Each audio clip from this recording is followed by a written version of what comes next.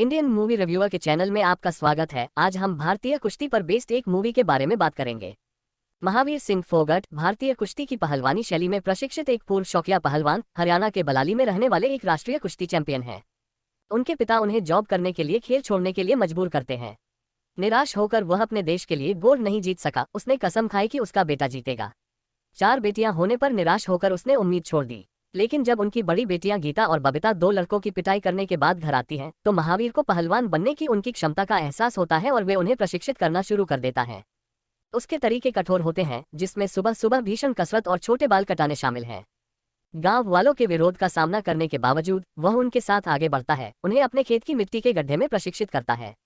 शुरुआत में लड़कियां अपने पिता की हार्ड ट्रेनिंग से नाराज होती हैं, लेकिन जल्द ही उन्हें एहसास होता है कि उनके पिता को उनके भविष्य की परवाह है। प्रेरित होकर वे कुश्ती टूर्नामेंट में भाग लेती हैं, जहां वे लड़कों को हराते हैं। कुश्ती मैट खरीदने में असमर्थ महावीर गद्दे का उपयोग करता है और उन्हें चैंपियनशिप के लिए तैयार करने के लिए फ्रीस्टाइल कुश्ती में प्रशिक्षित करते हैं। गीता नेशनल खेलों के लिए प्रशिक्षित करने के लिए पटियाला में नेशनल स्पोर्ट्स अकादमी में जाने से पहले स्टेट और नेशनल स्तर पर जूनियर और सीनियर चैंपियनशिप जीत चुकी होती है।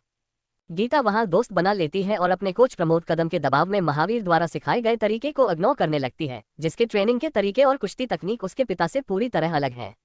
इसलिए वह अंतर्राष्ट्रीय स्तर पर हर मैच हार जाती है। जब वह अपने घर जाती है तो वह अहंकारी रूप से उसका मजाक उड़ाने के बाद एक क्रूर लड़ाई में थके हुए महावीर को हरा देती है। बबीता गीता को उसकी गलती की याद दिलाती है और कहती है कि उसे महावीर का सम्मान करना चाहिए। इसके तुरंत बाद बबीता नेशनल चैंपियनशिप जीत जाती है और गीता के साथ अकादमी जाती है। दोनों बहनों के बीच बातचीत के बाद, जिसमें बबीता उसे प्रोत्साहन देती है, गीता आंसू बहाते हुए महावीर से बात करती है। कॉमनवेल्थ खेलों से पहले प्रमोद गीता को उसके सामान्य 55 किलोग्राम के बजाय 51 किलोग्राम वेट की कैटेगरी में रेसलिंग करने के लिए मजबूर करता है। यह जानने से चिढ़कर महावीर अपने भतीजे ओनमकार के साथ पटियाला चले जाता है और लड़कियों को चुपके से कोचिंग देना शुरू कर देता है। इस बारे में जानकर और महावीर के हस्तक्षेप से क्रोधित होकर प्रमोद चाहता है कि लड़कियों को निकाल दिया जाए, लेकिन वे उन्हें वहां रहने की अनुमति देते हैं। महावीर का अकेडमी में प्रवेश वर्जित है और लड़कियों का बाहर जाना वर्जित है। अपनी बेटियों की सहायता जारी रखने के लिए दृढ़ संकल्पित महावीर गीता के पिछले असफल मुकाबलों के टेप प्राप्त करता है और फोन पर उसकी गलतियों को बताकर उसे प्रशिक्षित करता है। खेलों में 55 किलोग्राम वेट की कैटेगरी में शामिल करता है। गीता ने फाइनल में अपना रास्ता आसान कर लिया।